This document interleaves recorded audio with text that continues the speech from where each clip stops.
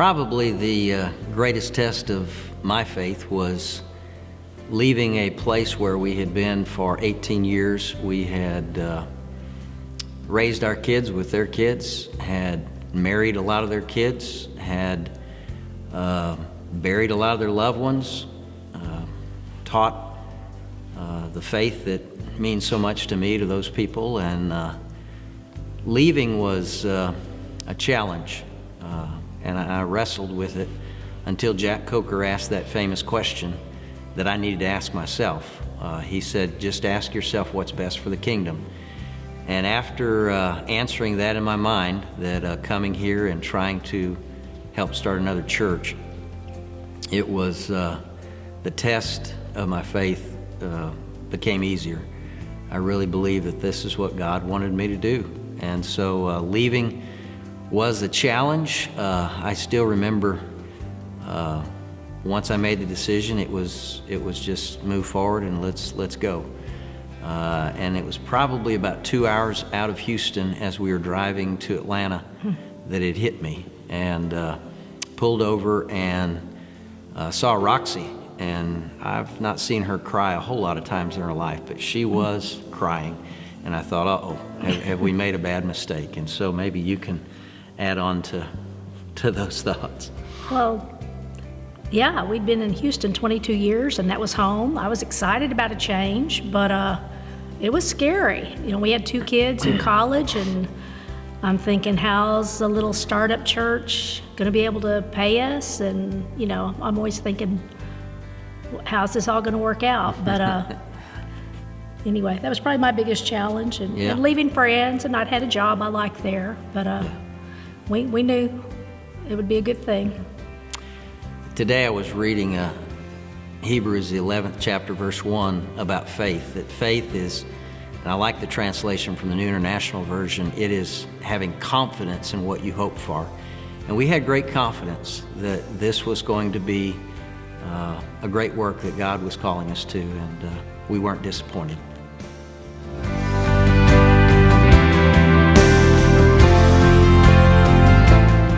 My faith always grows the most during difficulty and challenges, and I'll never forget us being in the school and needing a place to meet, and us finding the warehouse, 10,000 square feet, seemed like the perfect thing. We signed the lease, and then after signing the lease, raised $75,000 from that small group that was meeting at that time.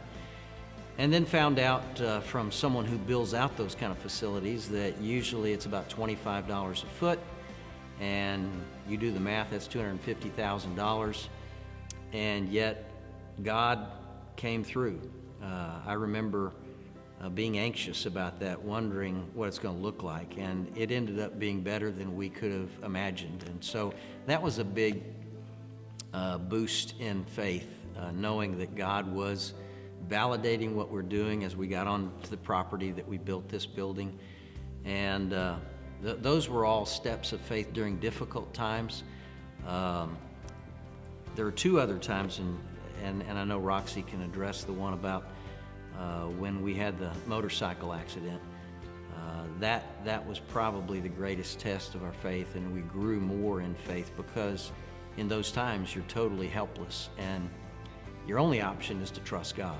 And as always, He came through for us. And so maybe you've got a thought about that. Yeah, I was thinking, I came up with 3 things. And, you know, faith is just total trust in God. And like Kurt said, that's when you grow, when you finally realize, I can't do this. You know, okay, God, you really are in control, and you've got to do whatever we need. And He did that through our accident. We got so much closer to family members. Everybody at Grace Chapel was just there for us. We couldn't do anything, and it's hard a lot of times to be the one getting served and helped. And everybody here just did so much for us. Seeing one of our elders at the time, David Jernigan, dusting all my little things on shelves and stuff, and I was like, David, you don't have to do that. But people bringing us food and praying for us, and so that my faith really grew through that. And Another thing that I've seen my faith grow, and probably tested too, was joining the jail ministry. That took me a while to decide I needed to do that, and at first it was uncomfortable going and speaking to women. I'm not a great speaker, and so that was hard. The hardest part's singing, though.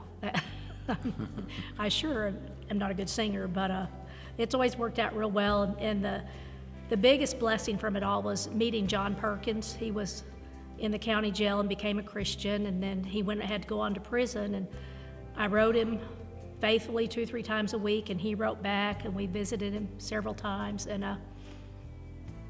if he had lived after he got out of prison, which he didn't, he died in prison, he was going to come live with us. So I think that was just a huge step of faith to say, okay, John, don't worry about it, we'll take care of you. So that was the second one.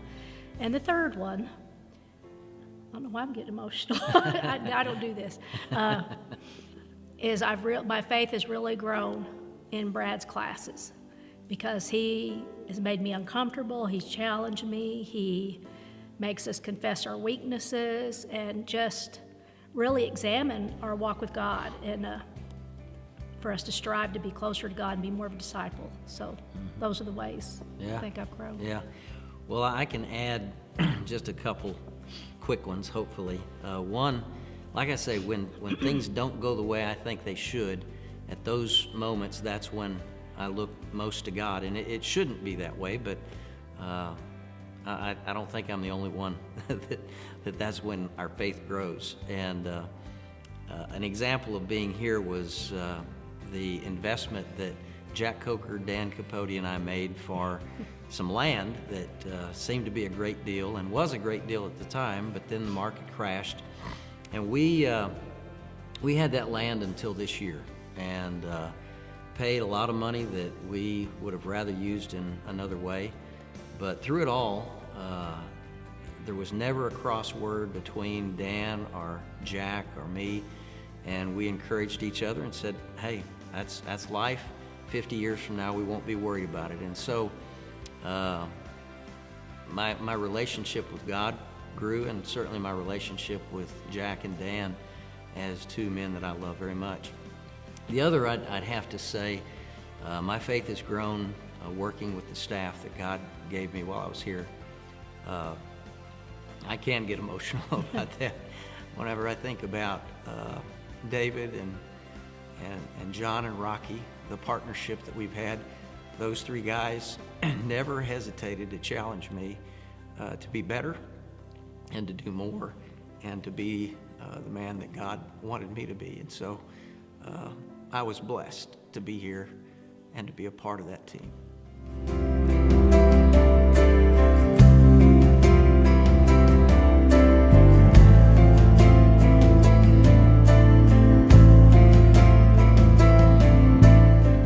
Well, going into a new area is always a challenge, and facing that challenge with faith is what we are trying to do.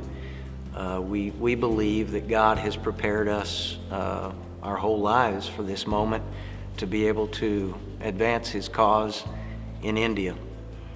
It is probably the last place on earth that I would have expected God to call me to serve, and Roxy certainly would agree with that herself, that it isn't a comfortable place that we just really thrive in. The food, the environment, it's not a vacation spot, let me just say that. But when we see the lost souls that are coming to Christ, I was convinced that the work here at Grace Chapel will go on in a great way. I pray that God will bring the right man to help move this church forward in ways that I couldn't. And I believe that I'll be able to help move the mission work in India forward in some great ways, I hope and pray. That's some anxiety there, but with faith, I am confident in the hope that I have that the work we're going to do there is going to make an eternal difference in the lives of a lot of people. What are your thoughts? Well, like Kurt said, that'd be the last place I thought we'd go. I was hoping maybe we could go New Zealand and Norway or somewhere like that. But God has a sense of humor, and he said, no, you're going to India. And I thought, well, I'll go once, because Kurt, it was after our accident, and I thought, well, he might need me to help him if he got sick. And then we just kept going. We've been 6 times now. And like he said, it's not a vacation spot. It's hot, humid. I don't like the food very well, but I do love the people. And so that makes up for it a lot. When you see how excited they are to see you, and just to get to be with them and visit and play with the kids is just it's a real blessing for us. I had a little anxiety thinking, okay, will our support come through? But not nearly as much as it has been in the past, because I can look back and see how God's always taken care of us. So I know that he'll do that too. And I look forward to it. I had some health issues this last trip, but it didn't have anything to do with India, except I was jumping and broke a bone in my foot. But my eyes are much better. I had eye problems, but it's all working out great, and I just am excited to see how God can use me as we work in India. And I'm seeing things all the time ideas and things that I think, well, I can do that, or I can help with that. So it's exciting, and it's not boring. Yeah. So I like that. Every time God gives us a new adventure, that's one thing for sure. You can say we're not bored. And so we're just looking forward to it, and ask that you all keep us in your prayers. Yeah. I mean, the support we've received from this congregation's been enormous in validating that this is what God wants us to do. There's not been a negative word, at least said to me. There might have been some out there, but I think you've lost your mind. yeah. And we were receiving our support from Houston again. They said, well, since we're supporting you, are you going to move to Houston? And there was a little anxiety there. We really don't want to leave Georgia. And they were very kind to say, well, your work's going to be in India. If we need you in Houston, you can always fly down and see us. And so we look forward to being a part of this congregation, being a member, trying to advance the work here and see it continue to thrive, and just blessed that we've been here nearly 14 years, and anxious to see what God does through us and with us in the work we'll do together in India.